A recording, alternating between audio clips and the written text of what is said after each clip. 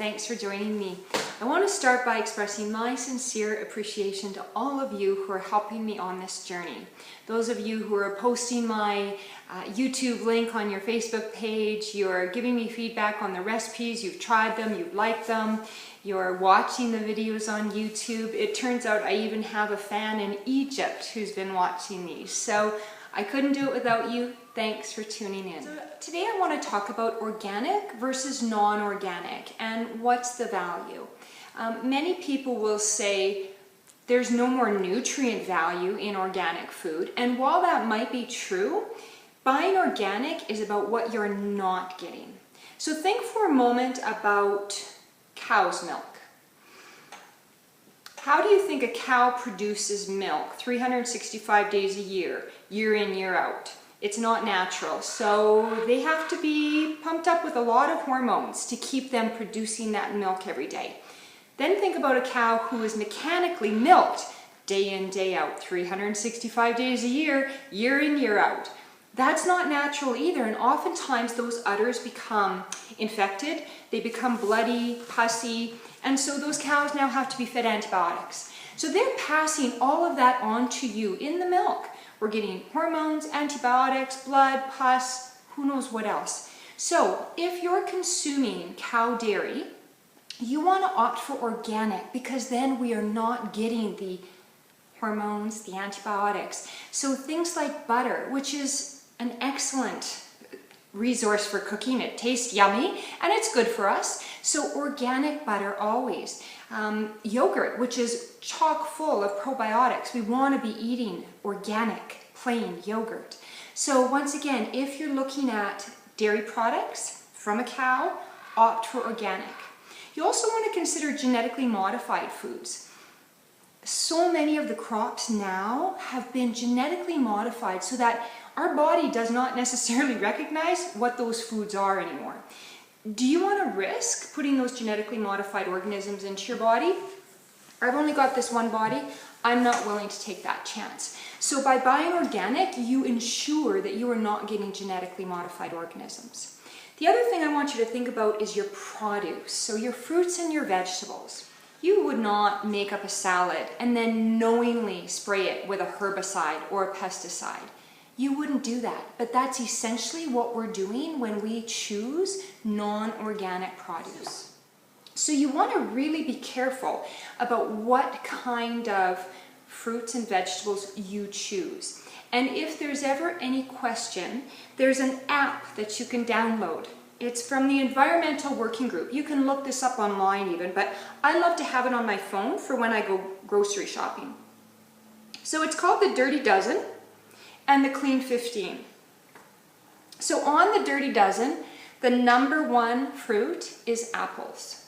Number two, strawberries, grapes, celery, peaches, spinach, bell peppers, nectarines, cucumbers, cherry tomatoes, snap peas, potatoes, hot peppers, and kale. Those are the top 12 vegetables that are commercially farmed in North America that have the most herbicides and pesticides applied to them.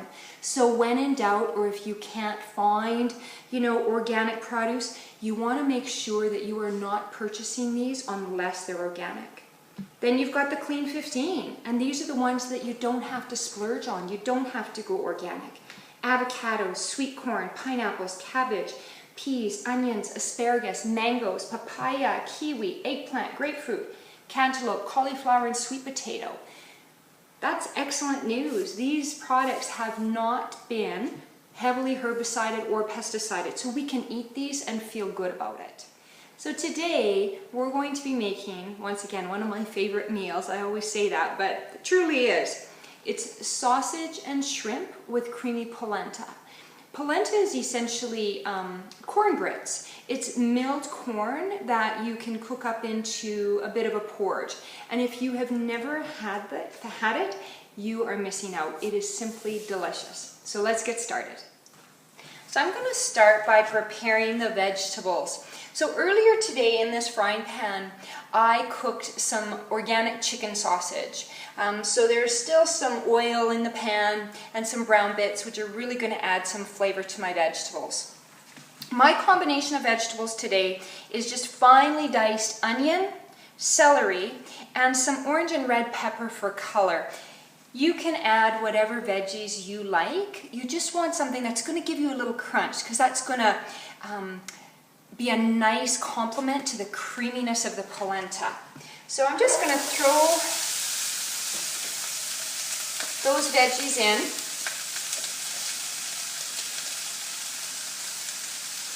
On a medium-high heat. Because these vegetables are slightly harder, they're going to take just a little bit longer to cook. So we're going to let these go for maybe 8 to 10 minutes. So this has been cooking now for about 8 minutes. And as it was cooking up, it does tend to dry out a little bit. So all I've added is just a little bit of organic chicken stock. You know, just a splash here and there to speed up the cooking process. Add some flavor. And also help to start create a bit of a sauce. Now, I don't want this liquidy or runny, but I do want there to be a little bit of liquid in the base of this. So, vegetables have cooked really nicely. They're softening. I mentioned earlier that I cooked up some organic chicken sausage, and that I just cut that into slices. And what I'm going to do is just throw this in here now. I've got a little bit of sausage. And the other thing that I'm going to add is some organic shrimp. Now, I keep a bag of frozen organic shrimp in the freezer because it's so handy. You can put this on top of a salad. You can throw it into soup. It's my go-to meal when I don't have anything else going on. So to the chicken and the vegetables, I'm going to just throw in that shrimp. If you are not a fan of shrimp, you don't know what you're missing. But you don't have to add shrimp to this, right? You can make it work with the chicken sausage. You could make this work with some chicken breasts or something like that too. So I just happen to like the combination of the shrimp and chicken together. I have liberally salted the vegetables while they're cooking and added some pepper. I'm also going to add some oregano just because I like that flavor. So just a little bit of dried oregano. I've also got some fresh oregano later to garnish it with. And then you know me, I do like my garlic. So I've got a little bit of dried garlic. You can add fresh, minced, whatever you happen to have in your pantry. These should be pantry staples. Alright, so this is cooking up all together here. The flavors are going to meld nicely. Start to permeate the dish.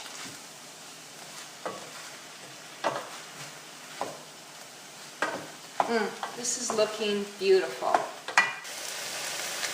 How beautiful does this look?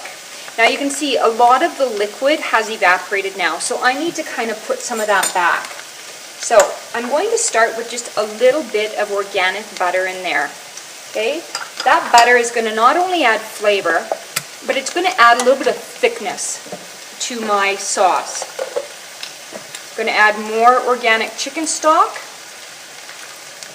Not a lot, but once again, just enough to kind of pull this together. Now that would be beautiful just on its own. A little bit of butter, a little bit of chicken stock. But I'm a fan of a little bit of white wine, a splash of white wine in here. It really elevates this dish to a different level. So organic wine is always our wine of choice. I'm going to throw that in there. If you do not like wine, you don't like the taste of it, then stick with the chicken stock and a little bit of butter. Alright, so you can see now as I'm stirring this together, I have a little bit of liquid here. It's not going to be runny, it's not soupy, but there's just a little bit of liquid for us to pour over that polenta. This is looking delicious. So right now I have 3 cups of water just boiling here, coming to a boil on this stove for my corn grits or my polenta. This is a really, really nice alternative to a grain or a starchy white potato. It's creamy, it's like a porridge. It's milled corn. So sometimes corn is very hard to digest. But once it's been milled into this sort of fashion, it's very easy on the system and very yummy. So typically, corn grits requires 1 cup of corn grits to 3 cups of water, and it needs to be liberally salted. So a solid half a teaspoon in your 3 cups of water, and we're gonna add 1 cup of grits to that. It cooks quickly, so within 3 to 4 minutes, you have got your polenta. So my water is boiling here, so all I'm going to do, add those corn grits, turn it down, and whisk it. So you can already see that this cornmeal is starting to cook and turn into a porridge. It's thickening up. It's going to start to bubble a little bit right now, and so you want to be very careful because it's hot, and when it bubbles, it explodes almost. Corn grits have been in the boiling water now 2 minutes max. So as this is boiling, I've turned down the heat because once again, as it's bubbling up, you want to be very careful about that. So I've turned this right down now to a low heat. You can see how thick it is. So this is the consistency you're looking for. It gets harder to whisk. So I've whisked it the whole time. Total for about 3 to 4 minutes. I'm now going to turn that heat off. I've got a nice creamy consistency. It's delicious just like this. However, I want to add a little more depth of flavor and a little more creaminess. I'm going to add about a tablespoon of butter. If you don't want the butter, you could add some olive oil, some sunflower oil, walnut oil, something like that. Also to this, to bump up that creaminess factor and add some flavor, I'm going to add about a cup of organic goat cheddar. You could add goat Gouda, you could do feta, something just to add extra creaminess and flavor. Oh my goodness, this takes on a pale yellow consistency. Oh, that is going to be a delicious base for our sausage and shrimp. So this meal has come together pretty quickly. I've got this delicious, yummy polenta. And I'm going to just dish some up. The butter, the cheese, and just the milled corn itself makes a really nice base for any number of toppings. You know, you could put chili on top of here and it would be delicious. Even just some stewed tomatoes could go on top of this and make a delicious meal. Those corn grits are delicious even on their own. And now I'm going to dish up some of this delicious sausage and shrimp. And you can just see how that liquid just sort of runs off to the side. Makes this nice little pool of yumminess. That is really a restaurant quality meal. You could serve this to guests, but I mean, we just eat this on a regular weeknight as well because it's fairly quick and easy to prepare. A lot of pantry staples were involved here, but the outcome is really delicious. So now comes the fun part. I'm gonna just test here. So I want a little bit of the polenta, a little bit of that chicken sausage, and the vegetables, the crunch of the vegetables with the creaminess of the polenta.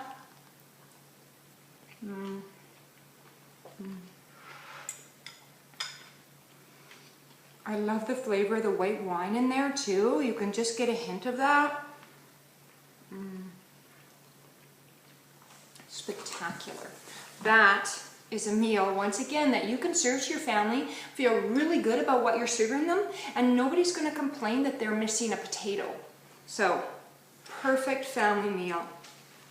Thank you so much for watching, and remember, it's important to cook for your life because your life depends on it.